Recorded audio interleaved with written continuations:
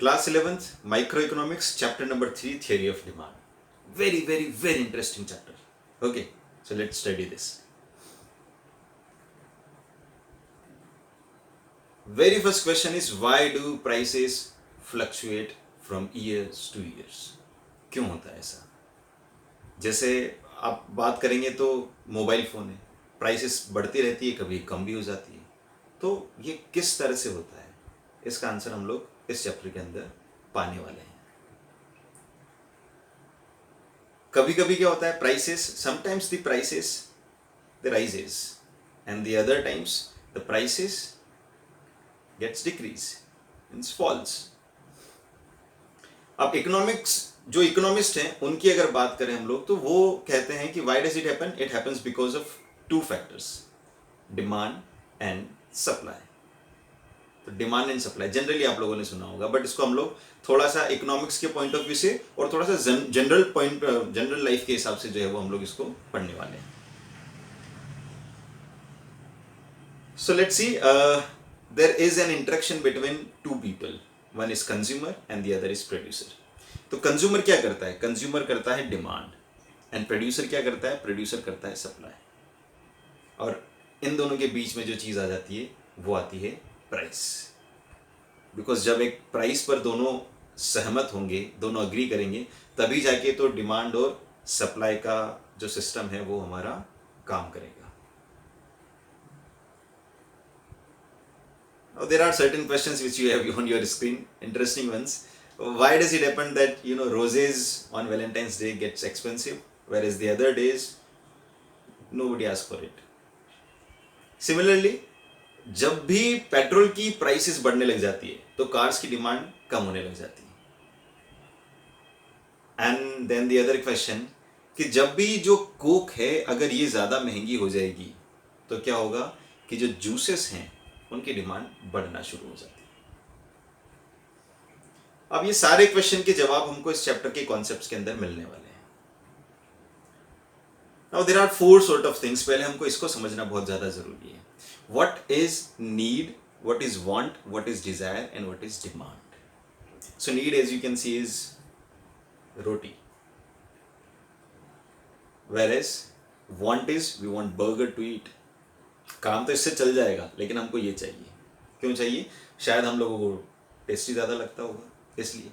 कोई भी वजह हो सकती है.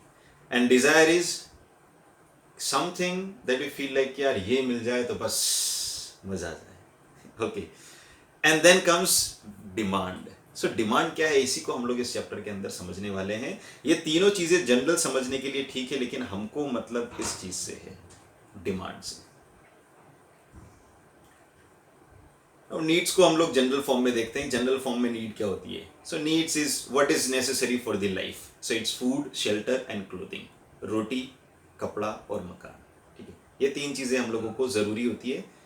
इनके अलावा इन दिनों एक चीज़ और आ गई है जिसको हम लोग बोलते हैं, what we call it is as internet. Okay, jobs apart. तो ये भी आजकल धीरे धीरे नेसेसरी बनता जा रहा है. ठीक है, पर फिलहाल अभी उतनी नेसेसिटी जो है वो नहीं है. ठीक है, रोटी, कपड़ा, मकान से हमारी जिंदगी चल सकती है. ओके, फिर बात करेंगे हम लोग वांट्स की. वांट्स क्या है? तो wants are the goods which gives us comfort, जिनकी वजह से हमारी लाइफ थोड़ी आसान हो जाती है, ऐसा कहते हैं हम लोग. ठीक है, जैसे ऑफकोर्स बर्गर की वजह से तो नहीं होती है. ठीक है, आइसक्रीम की वजह से थोड़ी हमको खुशी हो जाती है. हाँ, ये भी कह सकते हैं हम लोग कि which brings us happiness to our life. ठीक है, एंड इन पिज्जाज एंड बहुत सारी चीज़ें इसमें हो सकती है. टीवी हो सकता है, मोबाइल हो सकता है, आपका रेफ्रिजरेटर हो सकता है, लैपटॉप हो सकता है ना, फैन की जगह कूलर हो सकता है, एसी हो सकता है. These all are the goods of comfort and these all are our wants. तो अब लास्ट चीज आती है डिजायर. लास्ट मतलब तीन में से लास्ट, चौथे को तो हम डिटेल में पढ़ने वाले हैं, दैट इज डिमांड. तो डिजायर जो है क्या होती है? डिजायर का मतलब विच वी विश कि यार ये मेरे पास होना चाहिए, है ना. कभी कभी हम लोग उसको ड्रीम्स भी बोलते हैं. Why people want to earn more and more money so that they can fulfil their more and more desires. ठीक है, तो डिजायर मतलब सीधा सीधा हमको लगता है हमारे पास में एक जीनी होना चाहिए जो हम बोले कि ये हो और वो हो जाए. या हमारे पास में शाका लगा बुम बुम वाली पेंसिल होनी चाहिए कि जो हम ड्रॉ करें वो हमारे पास में आ जाए. कार बना दी तो कार आ गई. ठीक है, तो दीज ऑल आर डिजायर्स। जैसे बहुत सारे लोगों का शौक होता है कि भैया हमको अब्रॉड जाना है घूमने के लिए, है ना। जैसे I desire to travel the world, तो है डिजायर, है ना। ये भाई साहब को क्या चाहिए, इनको बड़ी लग्जरी वाली कार जो है वो चाहिए, ठीक है भैया। तो ये डिफरेंस हो गया ना, नीड्स, कंफर्ट और डिजायर, तीनों के बीच में आपको एग्जांपल वाइज डिफरेंस समझ में आ गया होगा। Now what comes is the concept of desires and demand. हमारी डिजायर क्या डिमांड बन सकती है, और क्या जो हमारी डिमांड है वही एक्चुअल में हमारी डिजायर्स हैं। Let's see, there is a hint in this picture although, है ना, पर आपको आगे समझ में आ जाएगा। नाउ लेट्स सी, ठीक है, समझते हैं इसको थोड़ा सा, कि mister x wants to buy a car, है ना। Mister x wants to buy a car but he does not have money, उनके पास में पैसा नहीं है, तो क्या होगा। he wants to buy a car but he does not have money, means he is willing but not able to buy, तो demand कर पाएंगे क्या, no, not possible. Similarly mister Y, he has money, खूब सारा पैसा है भाई साहब के पास, but he have no interest in buying the car, उनको इंटरेस्ट ही नहीं चाहिए उनको कार, पैसा है लेकिन कार नहीं चाहिए। इसका मतलब क्या हुआ, he is having money, he is having ability, but there is no willingness, so he is not willing. Demand होगी क्या, same answer, no, demand will not happen. Then mister Z, he is willing, इनको बड़ा शौक है car का, इनको car भी चाहिए, and he is also having money, तो क्या डिमांड होने वाली है, yes, that's true, he is able also and is willing also to buy the car, तो hence he will demand for the car. तो कोई भी डिजायर डिमांड में तब कन्वर्ट होगी जब हमारे पास में दो चीजें होगी, और वो क्या चीज है, one is ability to buy and willingness to pay, इच्छा भी होनी चाहिए ना खर्च करने की तब। और डिजायर मतलब क्या हो जाएगा कि विलिंगनेस है बट एबिलिटी नहीं है।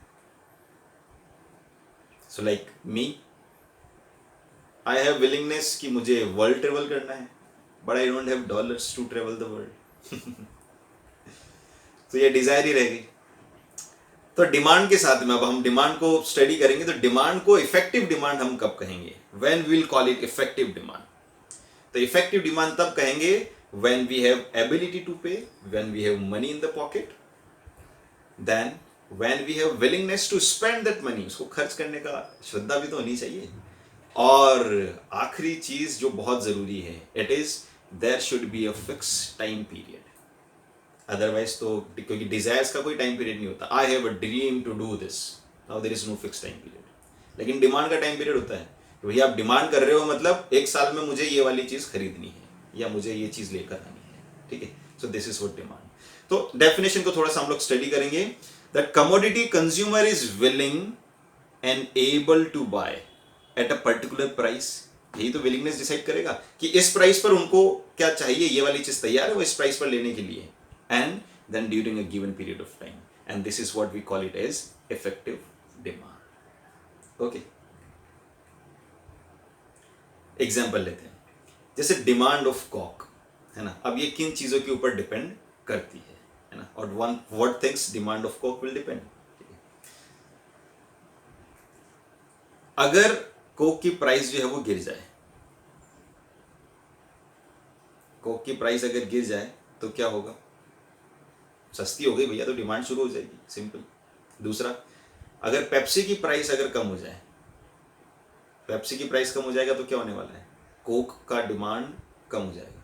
और अगर पेप्सी की प्राइस बढ़ जाए, पेप्सी महंगी हो जाए, तो क्या होगा, लोग बोलेंगे यार पेप्सी महंगी हो गई, एक काम करो कोक सस्ती है, कोक ले लेते हैं। यानी Pepsi and Coca Cola, they both are substitute goods, और सब्स्टिट्यूट गुड है इसका मतलब क्या हो जाएगा, एक की जगह दूसरे को यूज किया जा सकता है। तो पेप्सी जब महंगी हो जाएगी तो लोग कोक को पीने लग जाएंगे। अगर इनकम बढ़ जाए लोगों की तो ऑब्वियसली कोक की डिमांड बढ़ जाएगी। The poor countries they do not have demand for coke, where is the rich and developed country they are having demand for coke. अगर समर आ जाए, है ना, अब ठंड में तो कोई कोक पीता नहीं है ना, ठंडी चीजें भी, तो ठंड में तो कोई पिएगा नहीं, तो समर्स के अंदर इसकी डिमांड ज्यादा रहेगी। मतलब when situations are favourable then the demand of coke will increase. Similarly अगर फ्यूचर के अंदर अगर कोक महंगी होने वाली है, if in near future the prices of coke will get increase, तो हम क्या करेंगे, कोक को पहले से डिमांड करने लग जाएंगे, उसको पहले से खरीद के रखेंगे। Just like it happens with the gold.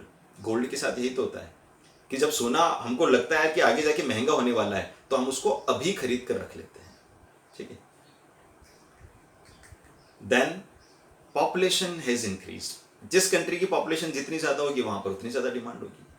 अभी देखिए बहुत सारे रिटेल कंपनीज जो है वो इंडिया के अंदर इन्वेस्ट क्यों कर रही है आकर, because India is a huge market, बहुत सारी पॉपुलेशन है and people are demanding lots of goods.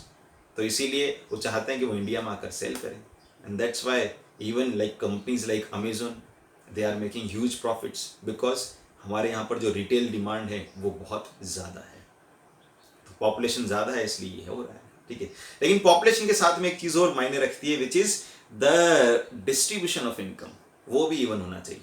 ऐसा नहीं हो कि ज़्यादातर लोग अमीर है, ज़्यादातर लोग गरीब हैं और कम लोग जो हैं वो अमीर है। तो ऐसे में क्या होने वाला है कि डिमांड जो है वो अनइवन रहेगी। तो उन कंट्रीज में ही डिमांड को ज़्यादा देखा जाता है जहां पर डिस्ट्रीब्यूशन ऑफ इनकम जो है वो इवन होता है, मतलब बराबर होता है, ठीक है। एकदम बराबर भी नहीं बोल रहे हैं, लेकिन ये है कि बहुत ज़्यादा डिफरेंस उसके अंदर नहीं होना चाहिए। So these all are the factors which will effect the demand of the coke, ठीक है। That's it for today. And अगर आप इसी तरह से और भी लेक्चर्स जो हैं वो अटेंड करना चाहते हैं तो टिमरू को ज्वाइन कीजिए, और लाइव क्लासेस के साथ साथ हम लोग आपको वीडियो सपोर्ट जो है वो भी प्रोवाइड करेंगे, and interesting notes also. Why I am saying interesting, you will come to know it when you will have it. Okay, thank you very much.